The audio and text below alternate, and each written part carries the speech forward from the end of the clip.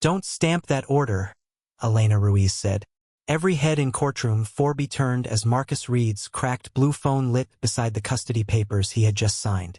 Judge Evelyn Shaw froze with one hand raised, the clerk's seal hovering above the page, while Preston Vale reached toward the device. A silver star clung to its worn case. Then 9-year-old Ava's recorded whisper filled the room. "Daddy works while I sleep, so he can be there when I wake up." 3 hours earlier, Marcus had entered the courthouse wearing Navy hospital scrubs beneath a faded brown work jacket. The fluorescent lights flattened every color in the hallway, and the smell of floor wax followed him toward the family court wing.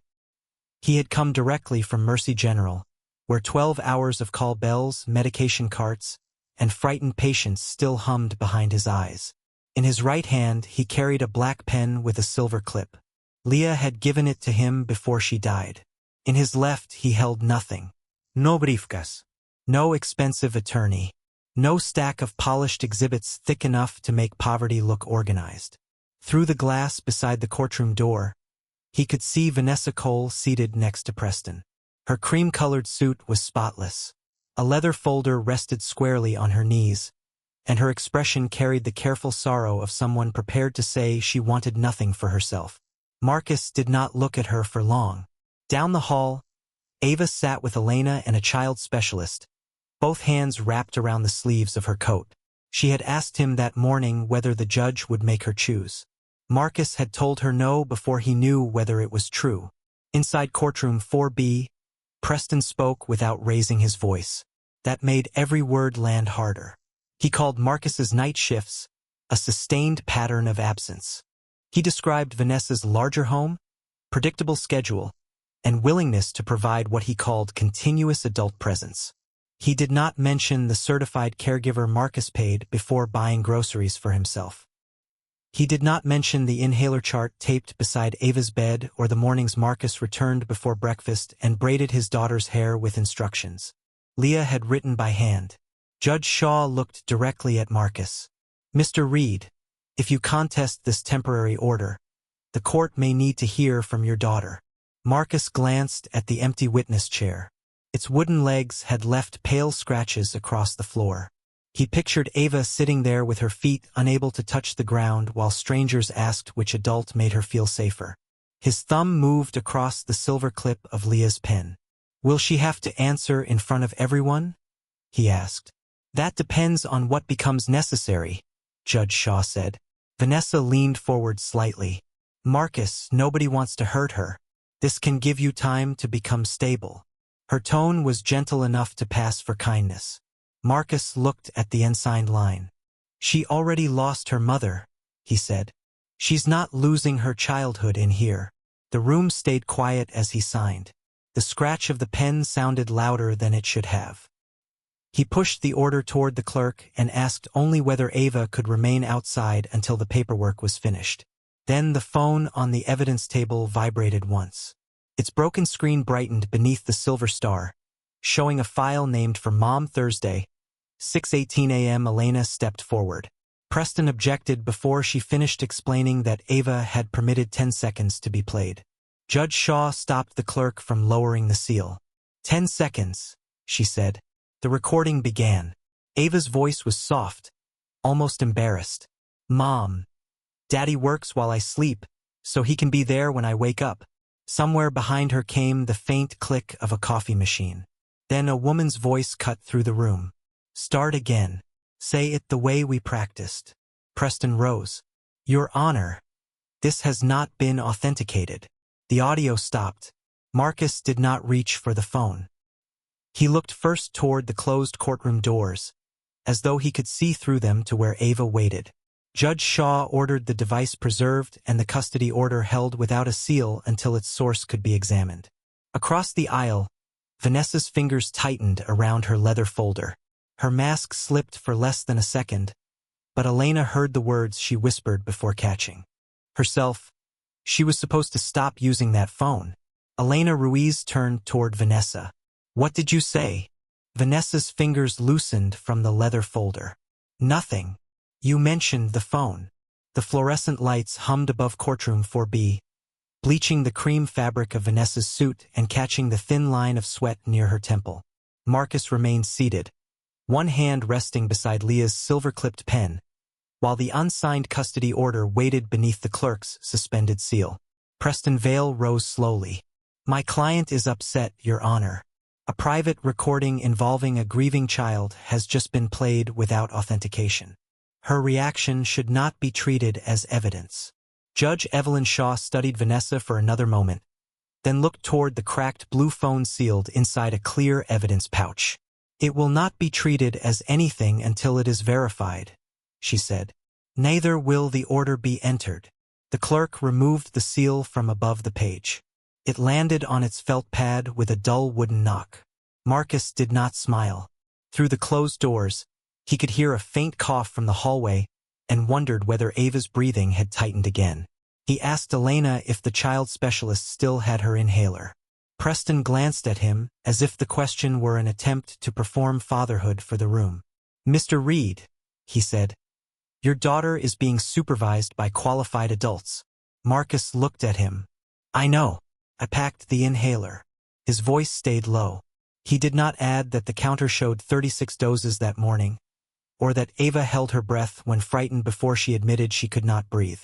Judge Shaw's eyes paused on him, not with trust, but with the first sign that one piece of Preston's picture did not fit. 12 days earlier, the same room had smelled of floor polish and wet wool from coats hung near the entrance. Preston had placed Marcus's work schedule on a screen large enough for every black square to look like an accusation. 7 p.m. to 7 a.m.? He asked. "Yes." 5 nights that week? "Yes." "And your daughter was home?" "Yes." The projector fan whispered behind him. Marcus stood in his faded brown jacket, while Vanessa sat beside her attorney with both hands folded over one knee, dressed like a woman attending a difficult meeting she had never wanted. Preston let the silence stretch before turning toward Judge Shaw. "We are not questioning whether Mr. Reed loves his daughter. We are questioning whether love can replace an available parent." Vanessa lowered her eyes at exactly the right moment. "I don't want to take Ava from him," she said. "Marcus is grieving. He works hard. He just needs time to become stable again." The word stable moved through the room without anyone raising a voice. It settled over Marcus's scrubs, the worn edge of his jacket cuff, and the paper bus transfer protruding from his pocket. Denise Harper opened her school report. "Ava told me, Daddy is gone when it gets dark." Marcus leaned forward. "Did she say anything after that?" Preston lifted a hand. "You will have your opportunity." Denise turned the page without meeting Marcus's eyes. The rest of Ava's sentence remained buried in handwritten notes no one read aloud. "But he is home before breakfast." Marcus placed a manila envelope on the table. Inside were the certified caregiver agreement, canceled checks, medication instructions, and a log showing when Ms. Ruth arrived and left. Preston picked up the caregiver contract by one corner. "So when you are absent, another woman raises your child?" "No, she stays overnight. She keeps Ava safe while I work." The paper made a soft snapping sound when Preston laid it down. Outside, a cart rattled across the courthouse tile. Marcus could smell hospital soap still clinging to his hands. Judge Shaw asked how quickly he could respond to an emergency. Marcus explained the backup plan, the school contacts, the inhaler in Ava's backpack, and the second one beside her bed. He did not tell the court about the mornings he skipped sleep to attend parent conferences or the nights he ate crackers from a vending machine so Ms. Ruth could be paid on time. "Love is not a child care plan," Preston said. Marcus glanced toward Vanessa's polished leather folder. "Neither is a larger house." For the first time, Vanessa's expression tightened. Then she recovered and spoke with gentle patience. "Ava's survival fund can provide a better environment until she turns 18. I only want the court to consider what Leah would have wanted." The room stayed quiet. Judge Shaw looked down at the custody petition, then at Vanessa. Marcus's thumb stopped against the silver clip of Leah's pen. The petition mentioned financial security, but not the fund's duration, restrictions, or Ava's 18th birthday. Vanessa had just described terms that had never been disclosed in the public custody filing. Marcus did not accuse Vanessa of knowing too much about Ava's survival fund. He only looked at Judge Shaw and said, "Please keep money out of anything my daughter may be asked." Preston Vale leaned back. "No one is asking the child about finances." "Good," Marcus said. "Then let's keep it that way." The judge watched him for a moment, as though she had expected anger and received something harder to categorize. Marcus gathered the caregiver contract, the medication chart, and Leah's silver-clipped pen without looking across the aisle. As he left courtroom 4B, Vanessa's polished heels clicked behind him, then stopped when Elena Ruiz called her back to clarify how she knew the fund's terms. Marcus kept walking. Ava was waiting near a vending machine with the child specialist, her small hands hidden inside the sleeves of her coat. The moment she saw him, she searched his face for an answer. "Do I have to pick?" she asked. "Not today. Are you mad at Aunt Vanessa? That's adult business." He crouched and zipped her coat to the top because the courthouse hallway carried a cold draft from the glass doors. Ava studied him with the serious expression she used when she knew he was protecting her from part of the truth. Then she slipped 2 fingers around his hand.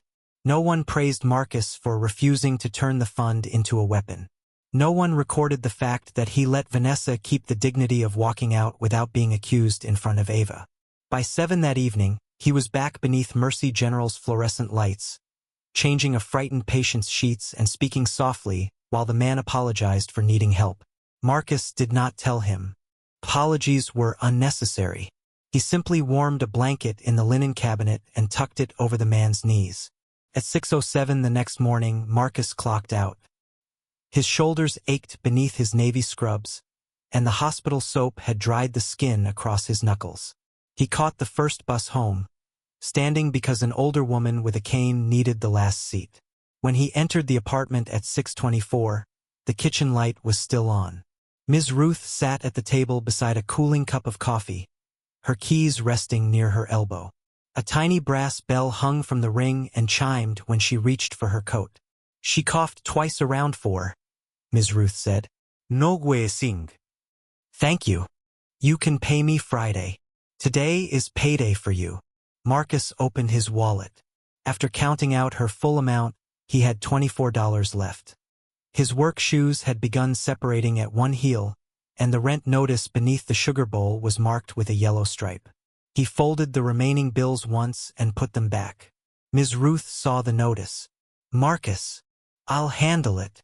You always say that." "Because I always do." He did not say it proudly. He said it while checking the number on Ava's inhaler, then writing 36 remaining doses on the chart taped beside the refrigerator. In Ava's room, the curtains held a thin gray line of mourning. Marcus placed 2 fingers beneath her nose, feeling the warm rhythm of her breathing before gently waking her. He heated pancakes, found the blue ribbon she liked, and set Leah's handwritten braiding card on the table. The card listed 4 steps in fading ink. Beneath them, Leah had written, "Let her choose the ribbon." Marcus separated Ava's hair carefully, following the card even though he knew every step by memory. When one braid sat crooked, he undid it and began again rather than sending her to school with something that would make her feel watched. "You can leave it," Ava murmured. "It's pulling. Then it isn't done right." The cracked blue phone lay beneath her pillow, its silver star catching the kitchen light when she carried it to breakfast. A row of recordings filled the screen, each beginning with the same words, "For Mom." Marcus did not ask to hear them. He wiped pancake syrup from the edge of the case with his sleeve and handed it back. "The screen's getting worse. It still works. That's not the same as safe. Mom's messages are in there." Marcus's hand paused. Then he placed the phone gently beside her cereal bowl. "Then we protect it." Elena arrived 40 minutes earlier than scheduled for the home assessment. The apartment was still honest. The flickering kitchen bulb, the overdue notice, Marcus's worn shoes by the door, and the caregiver schedule pinned beside the medication chart. Marcus did not apologize for the size of the rooms. He showed Elena where the spare inhaler was kept, how Ms. Ruth logged arrivals and departures, and which neighbor had a backup key for emergencies. While Elena examined the chart, Vanessa called. Her voice came through the speaker before Marcus could take the phone into the hallway. "Did you see how dark it is in there?" she asked Elena. A silence followed. Elena had not told Vanessa she was at the apartment. Marcus ended the call without comment. Ava stood near the table, holding the blue phone against her chest. "Ms. Ruiz?" she asked. "If you tell something to somebody who died, is it still private?" Elena lowered herself into the empty chair. "Usually, yes, unless the secret means someone is making you unsafe." Ava looked at Marcus. He stepped back instead of moving closer. "You don't owe the court your grief," he said. Ava unlocked the phone, scrolled to the recording marked Thursday, 6:18 a.m., and touched the small lock beside it. Her thumb trembled once. "Aunt Vanessa told me to delete this one." "Why did she want you to delete it?" Elena asked. Ava lowered the cracked blue phone. "She said it would confuse people." "Did your father tell you to keep it?" "No." The kitchen bulb flickered above them, throwing a pale stripe across the silver star on the phone case. Marcus stood near the refrigerator with both hands visible, resisting the instinct to step closer when Ava's breathing grew shallow. Elena noticed. She also noticed that the recording was locked, that Marcus did not know the code, and that a custody case could make even an honest parent careful about where he placed his hands. "Mr. Reed, I need you outside the room," she said. Marcus nodded. "Her inhaler is in the side pocket of her backpack." "I know where it is." "Then I'll be in the hall." He left without asking what Ava planned to say. The apartment door closed softly behind him, leaving Elena, Ava, and the child specialist at the table. 10 minutes later, Elena invited him back but kept the phone near her own elbow. Ava had agreed to let them hear 3 seconds from the file, no more. "This does not prove anyone did anything wrong," Elena warned. "It only tells us whether there is something that needs independent review." Marcus looked at Ava rather than the device. "You can still say no." Ava pressed her thumb to the screen. "I already said yes." The recording opened with the hiss of the old coffee machine. A tiny metal bell chimed somewhere close to the microphone. Then Vanessa's voice came through, calm and unmistakable. "Remember what we practiced." Elena stopped the file before another word played. Marcus did not react the way she expected. He did not say, "I told you so." He looked toward Ms. Ruth's keys beside the cold coffee cup. The little brass bell hung from the ring, motionless now. "What time was that made?" he asked. Elena turned the screen toward the window, where the weak morning light made the file information easier to read. Thursday, 6:18 a.m. Marcus's hospital shift had not ended until 6:07, and the bus ride home usually took 17 minutes. Vanessa told Elena by phone that the sentence meant nothing. "I help Ava practice things all the time," she said. "School presentations, difficult conversations. She gets anxious." Her explanation was possible. Children rehearsed apologies, classroom speeches, and conversations with counselors every day. Judge Shaw would not treat a vague sentence as proof of manipulation, and Elena would not either. The phone itself still had to be examined. The timestamp could be wrong. The file could have been copied. The voice could have come from another morning. Elena placed the device inside a clear tamper-evident pouch and wrote the serial number across the seal. Marcus watched her do it. "Can Ava keep the other recordings private?" he asked. "Unless they become necessary for her safety. Then only take what you need." Elena paused with the evidence bag in her hand. Most parents in his position asked how quickly the phone could clear them.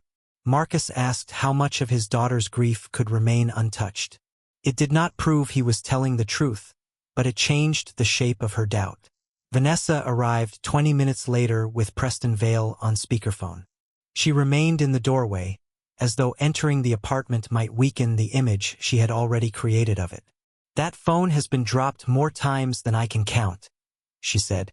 "Marcus could have changed the date without even knowing." "The forensic technician will decide that," Elena replied. "Were you here Thursday morning?" "No." "Have you ever asked Ava to delete a recording?" Vanessa's face softened into wounded patience. "I may have told her not to keep filling that old thing with upsetting messages. She stores it in the kitchen drawer beside the cereal. Anyone could access it. Marcus looked toward Ava's bedroom. The phone had been under her pillow for weeks. Elena's pen stopped above her notes. You said you did not know she was still using it. Vanessa recovered quickly. I knew where she used to keep it. That is all. The explanation was reasonable enough to prevent accusation, but not enough to close the question. Elena requested the building's visitor log and hallway camera footage from Thursday morning. The manager called back within the hour. A guest card bearing Vanessa Cole's name had been used at 5:52 a.m., though the handwritten signature beside it was little more than a slanted line. Vanessa said someone else must have selected her saved name from the entry system. The camera could settle it, but the building automatically erased footage after 14 days. Less than 6 hours remained before the relevant files were overwritten. Marcus reached for his jacket. I'll get the preservation form signed. Your attorney can handle that, Elena said. The legal clinic opens at 9. The footage may be gone by then. He did not ask Ava to identify the voice. He did not ask Vanessa another question. He took the bus transfer from his pocket, smoothed its damp corner against the table, and left for the management office. By noon, the footage had been preserved. The hallway video showed Vanessa entering at 5:53, but from 6:02 to 6:11 the image disappeared beneath a system update screen. The audio track had survived. Elena raised the volume. A door opened. Ms. Ruth's brass key bell chimed. Then Vanessa's voice said, Your father does not need to know I came. Your father does not need to know I came. The sentence remained in the apartment after Elena stopped the audio. Marcus stood beside the kitchen table, his damp bus transfer still in one hand, while the old refrigerator clicked into silence behind him. Vanessa's explanation came quickly over the phone. I brought Ava a sweater. Before 6 in the morning? Elena asked. She had been cold at school. The answer was possible, polished, and almost ordinary. Elena wrote it down without agreeing. Marcus did not accuse Vanessa or ask Ava to identify the voice. He looked at the brass bell on Ms. Ruth's keys, then at the sealed blue phone and said, The records can tell you who was here. Leave Ava out of it. 2 days later, the first real test arrived without a judge, an attorney, or time to prepare. At 10:14 in the morning, Ava began coughing during reading class. The school nurse heard the thin whistle beneath her breath and reached for the rescue inhaler in Ava's backpack. At Mercy General, Marcus was helping transfer an elderly patient whose blood pressure had dropped without warning. His phone vibrated inside a locker across the hall. He did not hear the first call. For minutes later, when the patient was stable and another aide had taken over, Marcus saw the missed number and called back while walking fast enough to make his work badge strike his chest. How many puffs? 2, the nurse said. Is she speaking? Short sentences. Any blue around her lips? No. Marcus stopped beside a supply cart, listening to Ava's breathing through the speaker. The hallway smelled of antiseptic and warmed plastic. Put her upright, he said. Ms. Ruth is 7 minutes away. I'm coming as soon as coverage reaches my floor. He called Ms. Ruth, notified his supervisor, and asked the nurse to keep him on speaker until Ava's breathing slowed. He did not tell Ava not to be scared. He counted with her instead. In through your nose. I'm trying. That's enough. Slow is enough. By the time Marcus reached the school, Ms. Ruth was already there, her brass key bell resting against the visitor badge clipped to her sweater. Vanessa stood near the nurse's desk in a camel-colored coat, one hand placed lightly on Ava's shoulder. Denise Harper was writing on a yellow legal pad. Marcus could not be reached, Vanessa said. Marcus knelt in front of Ava and checked the color beneath her fingernails. She okay? She's better, the nurse replied. He didn't answer, Denise said. I called back. Not immediately. Marcus looked toward Ava, whose eyes had begun moving between the adults. He lowered his voice. Can we discuss the timeline outside? Vanessa gave him a patient smile. No one is blaming you. These things happen when a parent works a demanding schedule. Marcus did not answer the insult hidden inside the sympathy. He asked Ava whether she wanted him to stay or return to the hospital after her breathing settled. "People need you there too," she whispered. Marcus touched 2 fingers to the zipper of her coat and made sure it was not pressing against her throat. He did not repeat her words to Denise. He did not turn them into proof that his daughter understood his sacrifices. Instead, he thanked Vanessa for coming and asked the nurse for a copy of the medication record. Elena arrived before anyone left. She requested the original phone log from the school office, not Denise's summary. The printer hummed, then released a page still warm at the edges. 10:14, outgoing call to Marcus, unanswered. 10:18, incoming call from Marcus. 10:19, medication plan confirmed. 10:26, Ms. Ruth signed in. 10:28, Vanessa signed in. Denise's report contained only one sentence. Father unavailable during respiratory event. Elena placed the log beside the report. The air conditioner became suddenly loud. Denise stopped tapping her pen. Vanessa folded her hands. "For minutes can feel very long when a child cannot breathe," she said. "That is true," Marcus replied. "But 4 minutes are not an entire childhood." Judge Shaw later reviewed the original log in chambers. Her hand slowed over Denise's summary, then moved to the caregiver agreement and the medication chart Marcus had filed weeks earlier. The evidence did not prove Vanessa had coached Ava or explain why she had entered the apartment before dawn. It proved something smaller but important. Marcus had not disappeared during an emergency. He had responded, activated the backup plan, and ensured a trained adult reached Ava before Vanessa did. Preston Vale shifted the argument at once. "Preparedness does not establish emotional availability," he said. Judge Shaw did not answer. She instructed the school to preserve the nurse's notes, visitor records, parking entries, and account history from the parent portal. Vanessa's smile tightened. "Surely we do not need to turn one asthma episode into an investigation." Marcus looked at Ava through the glass outside chambers. She was coloring beside Elena, breathing evenly now, unaware that adults were measuring her fear in minutes. "Then the records should make it simple," he said. The parking log showed Vanessa's car entered school grounds at 10:04, 10 minutes before the nurse's first call. More quietly, the parent portal showed that 3 days earlier, someone using Vanessa's account had moved her name above Ms. Ruth's on Ava's emergency contact list. The parent portal showed Vanessa's account had moved her name above Ms. Ruth's 3 days before Ava's asthma episode. The change took less than 40 seconds.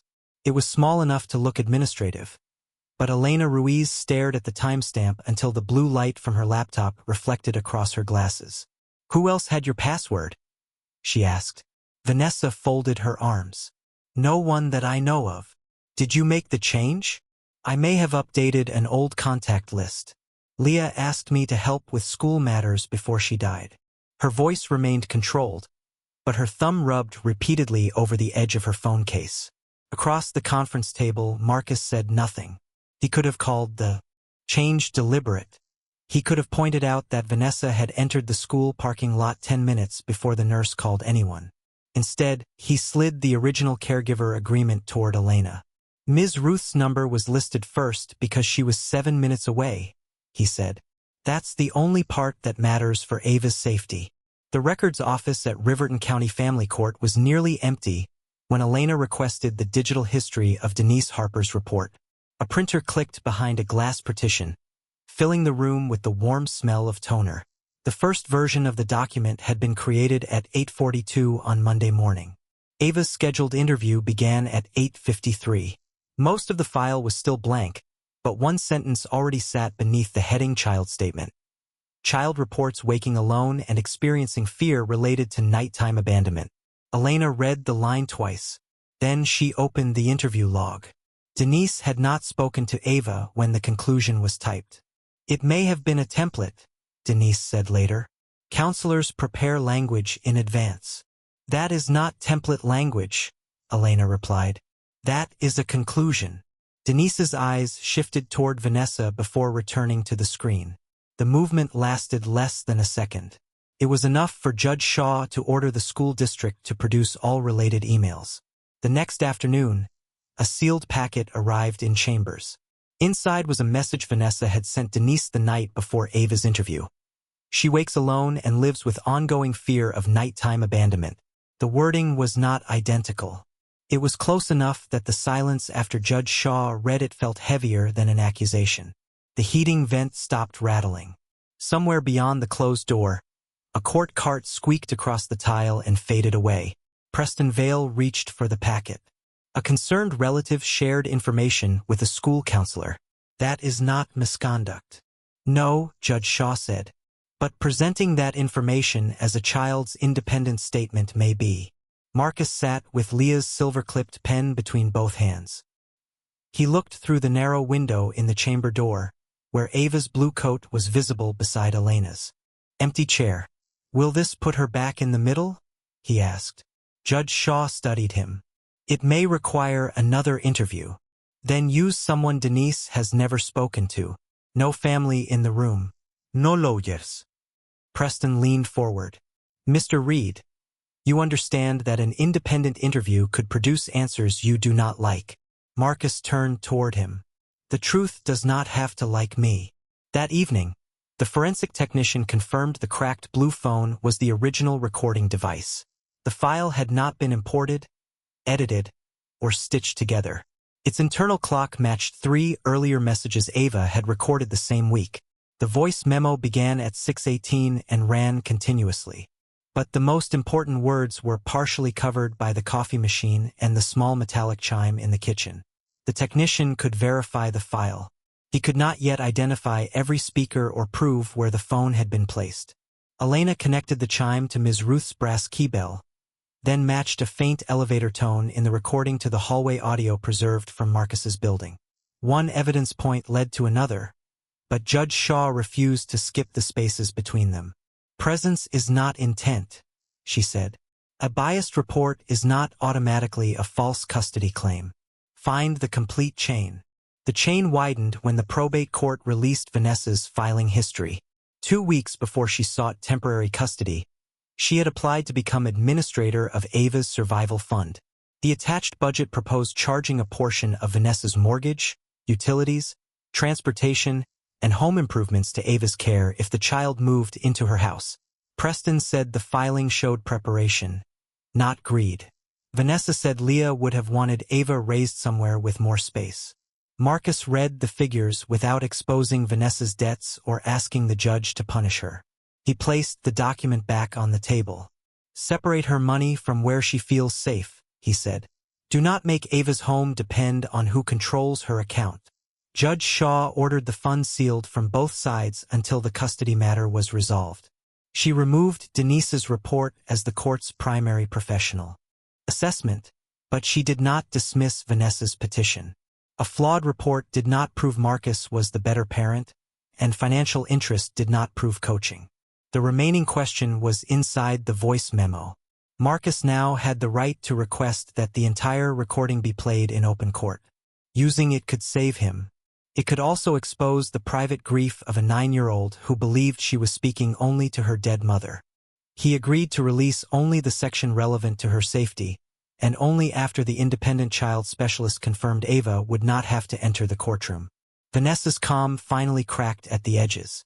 This can be handled privately, she said. There is no reason to turn a grieving child's words into a public spectacle. Marcus looked at the sealed phone lying beneath the chamber light. Then Ava stays outside, he said. The adults can answer for what she recorded. Judge Shaw closed the probate file, placed the original school report beside the forensic certificate, and ordered every party back to Courtroom 4B for a public evidentiary hearing. The truth had become too large to remain behind a closed door. Courtroom 4B filled slowly beneath the cold white lights, every wooden bench taking on the dry creak of people trying not to whisper. Marcus entered in navy scrubs and his faded brown jacket, carrying no victory in his face. He placed Leah's silver-clipped pen beside the unsigned custody order and sat where Preston Vale had once displayed his night shifts as proof that he was absent. Beyond the closed doors, Ava waited with Elena Ruiz and the independent child specialist. She would not enter the courtroom. She would not be asked which adult she loved more. Judge Evelyn Shaw took the bench, looked once at the sealed blue phone, and said, "This hearing concerns evidence, not character speeches." Preston rose first. His suit was dark, his papers aligned perfectly. "No one disputes that Mr. Reed loves his daughter," he began. "But a grieving child's private recording can be misunderstood. Ms. Cole may have been helping Ava prepare for a school presentation, a counseling session, or any difficult conversation." Vanessa sat with a folded tissue between her fingers. Her eyes shone, but her voice remained measured. "I was trying to help my niece express herself. I never imagined ordinary words would be turned into an accusation." For a moment the explanation held. It was reasonable enough to give the room somewhere safer to look. Preston asked the forensic technician to confirm that the phrase "remember what we practiced" did not, by itself, prove coaching. "By itself, no," the technician answered. A chair shifted in the back row. Vanessa lowered her head as if the matter had nearly returned to grief instead of misconduct. Then Judge Shaw asked for the evidence in order. Elena placed the cracked blue phone beneath the document camera. The silver star on its worn case appeared large on the courtroom monitor, beside the file name for Mom Thursday, 6:18 a.m. The technician confirmed the device was original. The recording had not been imported or edited, and its internal clock matched 3 other voice messages Ava made that week. Preston nodded. "Authentic does not mean accurately interpreted." "Agreed," Judge Shaw said. "Continue." The next exhibit was Marcus's hospital access log. It showed him leaving Mercy General at 6:07. The building visitor record placed Vanessa at his apartment at 5:52. The hallway footage showed her entering at 5:53, while the preserved audio captured the elevator tone at 6:20. Ms. Ruth's caregiver log showed she remained inside until 6:31. There was no empty stretch in which Ava had been left alone. Preston stood again. "That establishes presence, not intent. My client has never denied helping the family." Vanessa touched the tissue to the corner of one eye. "Leah was my sister. I had a key because Marcus needed me. Marcus did not challenge that part. She did help us after Leah died," he said. Several faces turned toward him, surprised by the admission. "Then why are we here?" Preston asked. Marcus looked at the sealed phone. "Because help does not give an adult the right to replace a child's words." Judge Shaw's hand settled slowly on the next file. Elena presented Denise Harper's report history. The conclusion that Ava woke alone and feared nighttime abandonment had been entered at 8:42, 11 minutes before Denise's first interview with her. Denise explained that counselors sometimes prepared likely concerns before appointments. Preston called it an imperfect template, not a conspiracy. The argument seemed to steady Vanessa again. Then the email appeared on the monitor. Sent by Vanessa the night before the interview, it used nearly the same language as the conclusion Denise later attributed to Ava. The room grew still enough for the air vent above the jury box to be heard clicking. Judge Shaw looked at Denise. "Did Ava use those words?" Denise swallowed. "Not exactly those words." "Did she say her father failed to return?" "No." "Did you include that she said he came home before breakfast?" Denise looked down. "No." Preston immediately shifted to the fund documents. He argued that Vanessa's probate application proved responsible planning, not greed. Vanessa said she wanted to protect Ava from Marcus's financial instability. Judge Shaw opened the proposed budget, where part of Vanessa's mortgage, utilities, transportation, and home improvements had been listed as expenses payable from Ava's survival fund. "You filed this 2 weeks before seeking custody," she said. Vanessa's fingers stopped moving around the tissue. "I do not remember the exact order. Marcus could have exposed her debts or demanded punishment. Instead, he said, 'Separate her money from where she feels safe.'" Judge Shaw's gaze remained on him. "Is there anything you want this court to hear from Ava directly?" "No. Even if it helps you?" Marcus glanced toward the closed doors. "Ask the records where every adult was. Let Ava remain 9. The words did not win the case. They changed the silence inside it. Preston made one final attempt. He said Vanessa's rehearsal could have concerned Ava's upcoming classroom presentation. Elena handed Judge Shaw the school calendar. Ava had no presentation that week, that month, or anywhere near the recording date. Vanessa corrected herself. Then I must have been preparing her to speak with Ms. Harper. The explanation had changed twice. Judge Shaw turned toward the forensic technician. Can the relevant section now be played with its original background audio intact? Yes, Your Honor. Elena confirmed Ava had agreed, the specialist had approved the limited use, and the child remained safely outside. The clerk dimmed the courtroom monitor. On the evidence table, the cracked blue phone lit beneath its silver star as the full waveform opened across the screen. Judge Shaw looked at Preston, then Vanessa, then Marcus. No interruptions once it begins. The technician placed one finger over the play button. The technician pressed play. Ava's small voice entered courtroom 4B through the cracked blue phone. Mom, Daddy says night work pays a little more. I thought he picked the hospital over me, but Ms. Ruth said he picked nights so he can come to school things. No one moved. On the monitor, the waveform rose and fell beneath the silver star on the worn phone case. A coffee machine hissed in the background.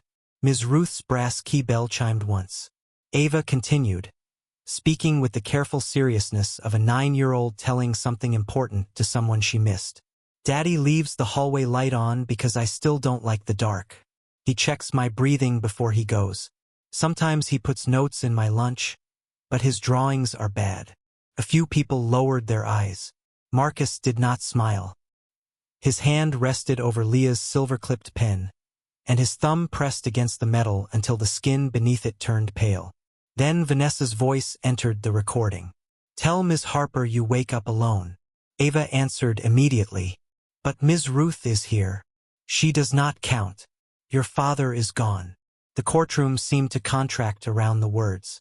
The air vent above the benches clicked off, leaving only the faint electronic hum of the monitor. Vanessa's folded tissue stopped halfway to her face. Say you do not know when he comes back, her recorded voice continued. But he comes before breakfast. Then say you are not sure. If you tell them he always comes back, the judge may leave you here. Ava was quiet for several seconds. Her breathing sounded thin near the microphone. Will Daddy get in trouble? Only if he refuses to do what is best for you. The file ended with the soft scrape of a chair and Ava whispering, I don't want him to go away too. The technician removed his finger from the keyboard. No one spoke. A page slipped from Denise Harper's folder and landed against the floor with a dry whisper. Preston Vale's mouth opened, but Judge Evelyn Shaw raised one hand before he could form an objection.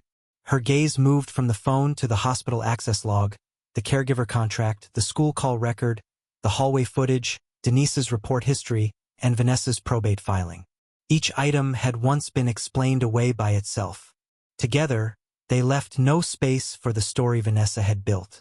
Judge Shaw addressed the forensic technician first. The file is continuous? Yes, Your Honor. Original device? Yes. Timestamp consistent with the hospital, building, and caregiver records? To the minute. She turned to Vanessa. Were you inside Marcus Reed's apartment when this recording was made? Vanessa's fingers trembled around the tissue. I was frightened for my niece. That was not my question. Vanessa looked toward Preston, but he did not answer for her. Yes, she said, her voice dry. Judge Shaw looked at Denise.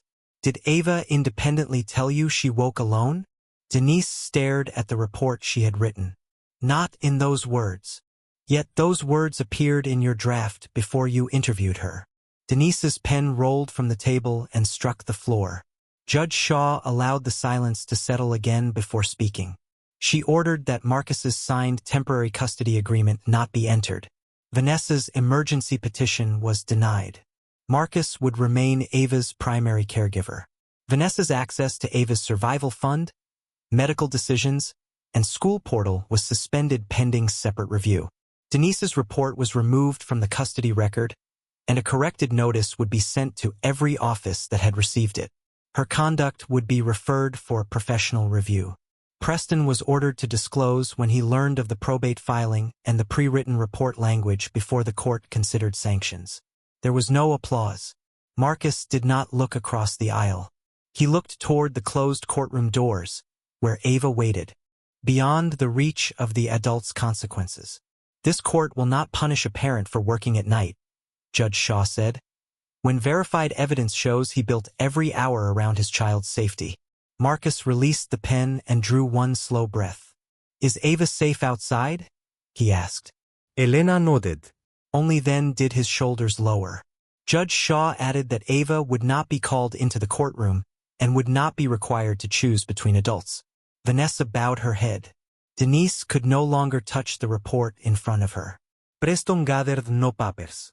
The same room that had reduced Marcus's fatherhood to black squares on a work calendar now held a public record of what those hours had truly contained.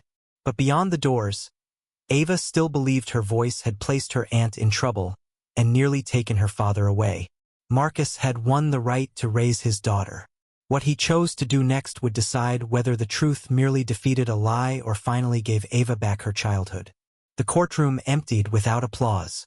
Benches creaked, papers slid into folders, and the heavy doors of courtroom 4B opened onto the gray stone hallway where Ava waited with Elena Ruiz.